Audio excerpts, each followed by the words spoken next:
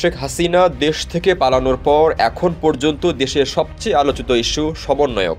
তারা কোথায় যান, কি করেন, সবকিছু নিয়েই মানুষের যেন কৌতূহলের শেষ নেই। কখনো দেশ থেকে পালানোর খবর, আবার কখনো শত কোটি টাকার মালিক বনে যাওয়ার খবর। এসবই যেন এখন সোশ্যাল মিডিয়ার খোরাক।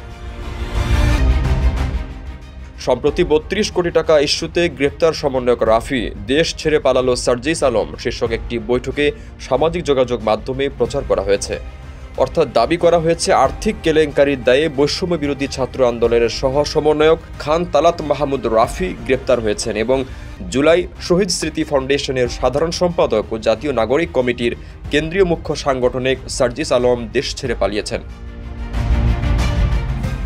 এই প্রতিবেদন প্রকাশ হওয়া অবধি উক্ত দাবিতে ইউটিউব প্রচারিত সর্বাধিক ভাইরাল ভিডিওটি প্রায় ৪ লক্ষাধিক বার দেখা হয়েছে। ভিডিওটিতে প্রায় ১০,৫০০ পৃথক অ্যাকাউন্ট থেকে প্রতিক্রিয়া জানানো হয়েছে।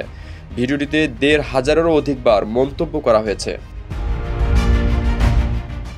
ভিডিওটিতে প্রচারিত ৩২ কোটি টাকার দায়ে গ্রেপ্তার হলো সমন্বয়ক রাফি, দেশ ছেড়ে পালালো সার্জিস শীর্ষক দাবিটি সঠিক নয় এবং কোনো তথ্য প্রমাণ ছাড়াই আলোচিত দাবিটি প্রচার করা হচ্ছে। এ বিষয়ে অনুসন্ধানের শুরুতে আলোচিত ভিডিওটিতে পর্যবেক্ষণ করে রিউমার স্ক্যানার টিম।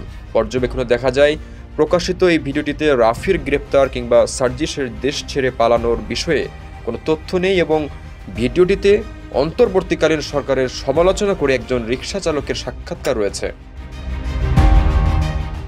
প্রাসঙ্গিক কিওয়ার্ড সার্চ করে গণমাধ্যম কিংবা বিশ্বস্ত সূত্রে খান তালাত মাহমুদ রাফি ও সার্জিস আলমের বিষয়ে এমন কোনো তথ্য পাওয়া যায়নি। সুতরাং ৩২ কোটি টাকা ইস্যুতে গ্রেপ্তার সমন্বয়ক রাফি, দেশ ছেড়ে পালালো সার্জিস আলম এই শীর্ষক দাবিতে সামাজিক মাধ্যম প্রচারিত তথ্যগুলো মিথ্যা। বিদেশ থেকে প্রিয়জনকে উপহার পাঠান প্রবাসী শপের মাধ্যমে। যোগাযোগ করুন স্ক্রিনে দেওয়া নম্বরে।